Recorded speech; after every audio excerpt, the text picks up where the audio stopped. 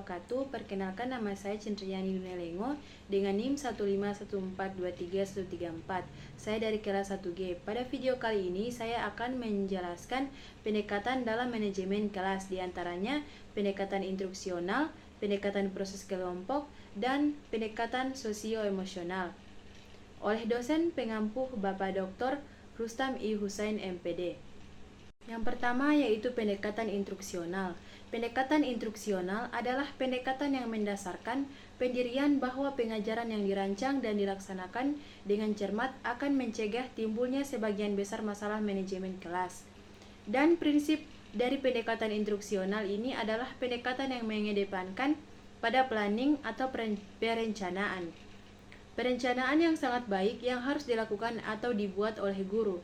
Jadi, pengajaran ini harus dirancang dengan baik dan kemudian dilaksanakan dengan cermat sehingga dengan begitu masalah-masalah yang terkait dengan pengelolaan kelas akan bisa diminimalisir.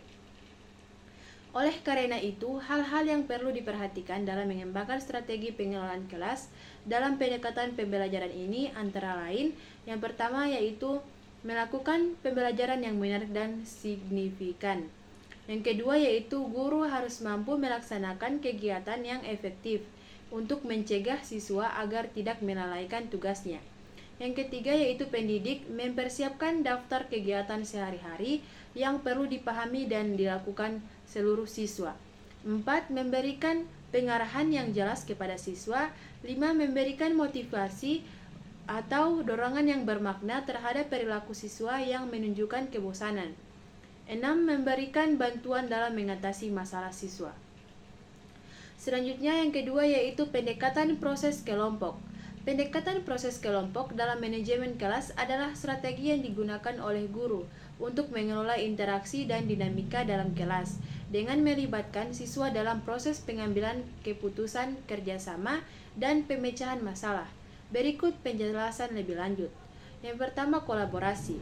Pendekatan ini mendorong siswa untuk bekerja sama dalam kelompok. Mereka bekerja bersama untuk mencapai tujuan tertentu, mempromosikan kerjasama, dan belajar dari satu sama lain. 2. Pemecahan masalah. Guru memberi kesempatan kepada siswa untuk mengidentifikasi masalah dalam kelas dan bersama-sama mencari solusinya. Ini membantu mengembangkan kemampuan pemecahan masalah mereka. 3. Pengambilan keputusan demokratis. Siswa diajak untuk berpartisipasi dalam pengambilan keputusan sehubungan dengan aturan kelas, tugas, atau proyek kelas. Ini memberikan mereka rasa memiliki dalam lingkungan pembelajaran. 4. Komunikasi. Pentingnya komunikasi efektif ditekankan dalam pendekatan ini. Siswa belajar untuk berbicara dengan jelas, mendengarkan dengan baik, dan menghargai pendapat orang lain. 5. Keterlibatan siswa.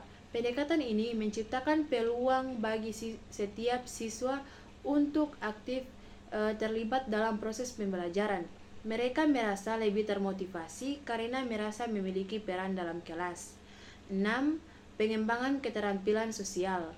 Melalui kolaborasi dalam kelompok, siswa juga mengembangkan keterampilan sosial seperti empati, kerjasama, dan kepemimpinan. 7. Pengelolaan konflik. Pendekatan ini juga mengajarkan siswa cara mengelola konflik dan perbedaan pendapat secara konstruktif, yang merupakan keterampilan penting dalam kehidupan sehari-hari. Dan yang terakhir yaitu pendekatan sosio-emosional.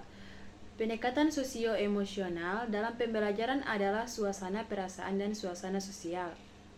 Di dalam kelas sebagai sekelompok individu cenderung pada pandangan psikologi, klinis, dan konseling atau penyuluhan. Menurut pendapat ini, pendekatan sosial emosional terciptanya iklim atau suasana pembelajaran yang harmonis dan hubungan sosial yang positif. Suasana emosional dan hubungan sosial yang positif artinya ada hubungan yang baik, yang positif antara guru dengan anak didik, atau antara anak didik dengan anak didik. Di sini guru adalah kunci terhadap pembentukan hubungan pribadi itu, dan peranannya adalah menciptakan hubungan pribadi yang sehat. Pendekatan sosial emosional didasari atas asumsi bahwa kegiatan pembelajaran yang efektif dan efisien mempersyaratkan hubungan sosial emosional yang baik antara guru dan siswa. Dan antara siswa-siswa, asumsi ini menghendaki agar guru dapat melaksanakan program kelas didasari atas hubungan manusiawi yang diwarnai sikap saling menghargai, dan saling menghormati antar personal kelas.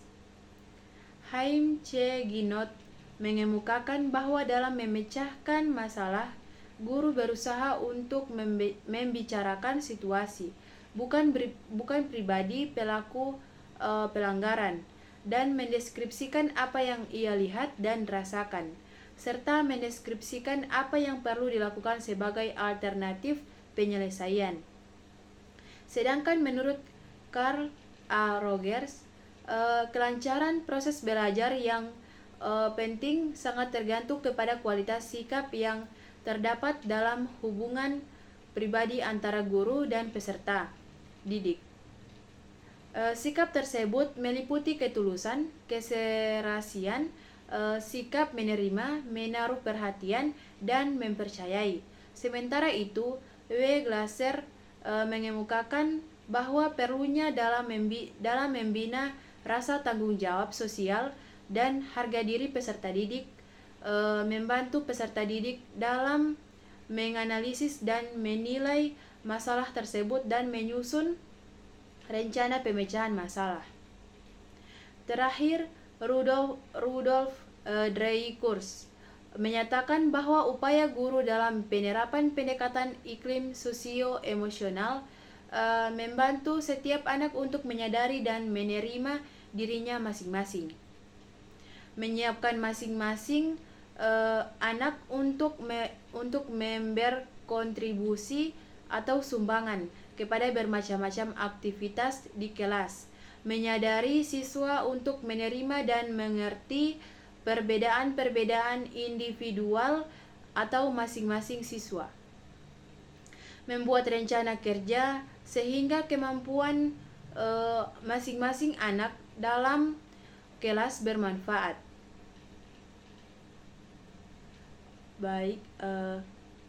Kelas bermanfaat. Pendekatan sosio-emosional merupakan bentuk hubungan antara guru dan siswanya, di mana dalam hal ini adanya keterkaitan antar keduanya dalam proses menciptakan suatu kondisi yang belajar yang baik, efektif, serta efisien. Untuk menciptakan suasana belajar yang harmonis, di sini guru memiliki peranan penting dalam melaksanakan proses belajar mengajar itu sendiri.